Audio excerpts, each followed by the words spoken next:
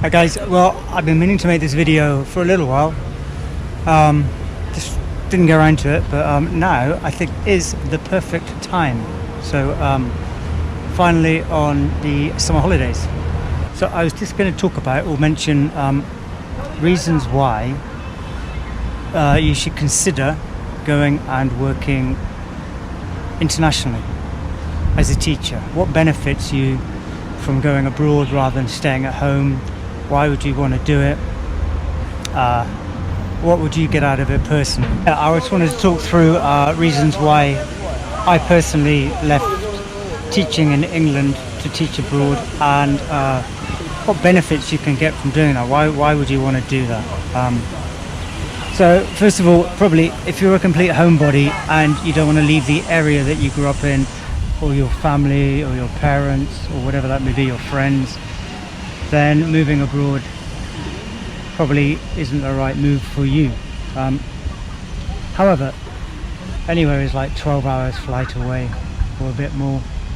So before COVID, before the pandemic, getting around was so easy. So if you wanted to get back for whatever reason in an emergency, you could just hop on a plane and get there. I guess working abroad, there are many reasons. If you like traveling, then rather than just having those 4, 5, 6 weeks in the summer where you can go and do this, you get to do this basically every day. So I am currently living in China. This is southern China, so it's very hot. It's like 40 degrees, tropical, beautiful. It's really lovely. So I absolutely love living in Asia. I've been in China now for the last 7 years. I've got 1 more year on my contract, and that'll be 8 years. Maybe I could have moved around a bit more.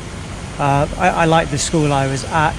The pay was good, the conditions were good, and my son was getting a free education. So that was a big benefit. He has been through the whole of his schooling for free. So that kind of leads perfectly on to the idea of money. Wages, especially in China, are more than you would get in the UK. So like the main benefit of working abroad would be money, earning money. So here I basically don't pay, or I do pay tax, but nothing like I would pay in the UK. And when I leave, I get all that tax back. So my wages are higher and I'm earning more money, which is great. If you're working in a government school in England, I've done it, it was like torture. So why would you want to put yourself through that when you've got kids who are... I worked in private school as well, but why would you want to do that when you could work in schools that are just a different kind of atmosphere, a different kind of ethos? So I've worked in private schools in the UK, like in London and in Salisbury and kind of lots of different places, and they were better, obviously much better disciplined than government schools. But generally education is more valued in Asian countries. So it's a nice place to work. The environment you work in is nice. The school I'm at now is very well resourced school. There's no problems with money at all. Wherever you want, you have to justify it, but you get it, which is great. Also based on money is things like education. So I've got one son, and in the school I'm at, you can have 2 kids free education, completely free. You just pay for their school clothes and any trips they have to go on. The cost of the education is $60,000 a year, roughly. So you imagine adding that on. That's basically getting paid another $60,000 a year on top of your wages. Also on top of that is your family will get a flight at least once a year back to your home of record. So that's going to be another couple of $1,000 to pay for your flights every year there and back. Living abroad also, you have things like medical assistance. So I have medical insurance. The whole family has it. For if we're travelling anywhere in the world, that is covered. So I've had accidents in places like Thailand, and I just use the medical insurance cover, and then I don't have to worry about the cost. Everything's covered. Also, talking about money is things like rent or owning a home. So especially if you're young, if you're thinking about moving abroad, moving to another country, definitely get yourself a home, buy a house if you can afford it before you leave. Where I live, in my school, I don't pay for anything. I don't pay for any food. So in term time, there's no rent, obviously, that's part of my contract. I can have breakfast, lunch and supper in school if I chose to. There's no utility bills. The only thing I pay for is my telephone bill. Everything else is covered. So the cost of living is pretty cheap. And actually the cost of living in Asia is also cheap. So when I lived in London, like a meal out would be like, I don't know, between 60 and 100 pounds for the family with drinks and the food. Yeah, you can go out in Asia and it will be like the equivalent of maybe 20 pounds.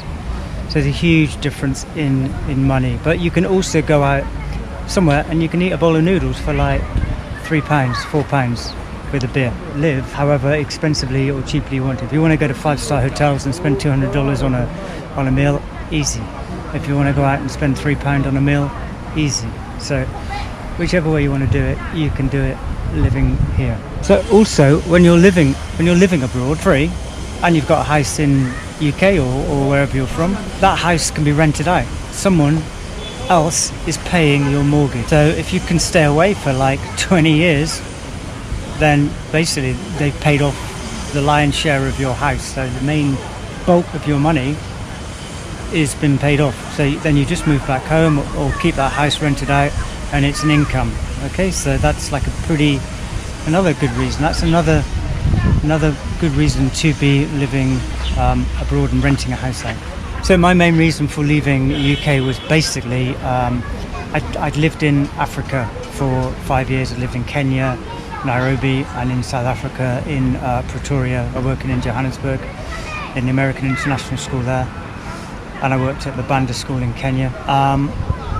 And then I went back to London for 6 years and it just was a little bit boring. And also money, just ran out of money. Everything was so expensive. Everything was expensive. Like you leave the door in London and it costs you like a lot of money. And then when my son got to an age where it was like thinking about time for an education, it was unaffordable for me as a teacher. I couldn't afford to pay for his school fees and live. Here, obviously, it's very different.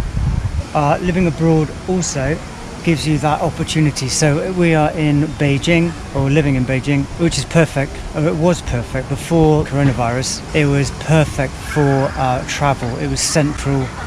It was a main hub for aeroplanes to go basically anywhere in the world. It was so easy. The school was a 20-minute cab ride away from the airport. You could just jump in a taxi, be at the airport, fly out, fly in.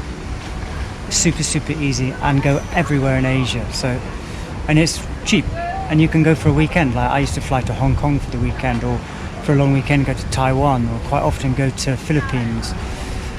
I spent one summer, a couple of summers, just jumping around the whole of Asia on aeroplanes in Vietnam, Thailand, Hong Kong, Java, Manila, and everywhere. It was fantastic. Lots and lots of reasons why living abroad is like a great thing to do if you love traveling. Now living in China is it's opening up again, but it's so like with zero COVID policy, it's so hard. Well, it's not really hard. It is hard to keep getting COVID tests, and to also you're so unsure of if you're going to be locked in or how long you could be locked in. Like Shanghai was locked in for a month, and then 2 months, and then I think almost 3 months. So they were locked in their houses for the best part of a quarter of a year. I mean, you only live once and you don't want to live it like that. I think this will be my last year in China, but not my last year working abroad. Anyway, I just wanted to cover points about if you're thinking about working abroad, if you're thinking about taking a teaching job in another country away from your home country, weighing up the pros and cons of why would you leave or why would you stay at home. So I went through so many reasons, financially, living in different cultures, experiencing life, so many different reasons why you might want to leave. Why would you want to stay at home? Maybe your parents are old, maybe you have a child and you want them to have their grandparents near. There's a few reasons why you might want to stay, but I would personally think that the benefits of living abroad outweigh the benefits of staying home.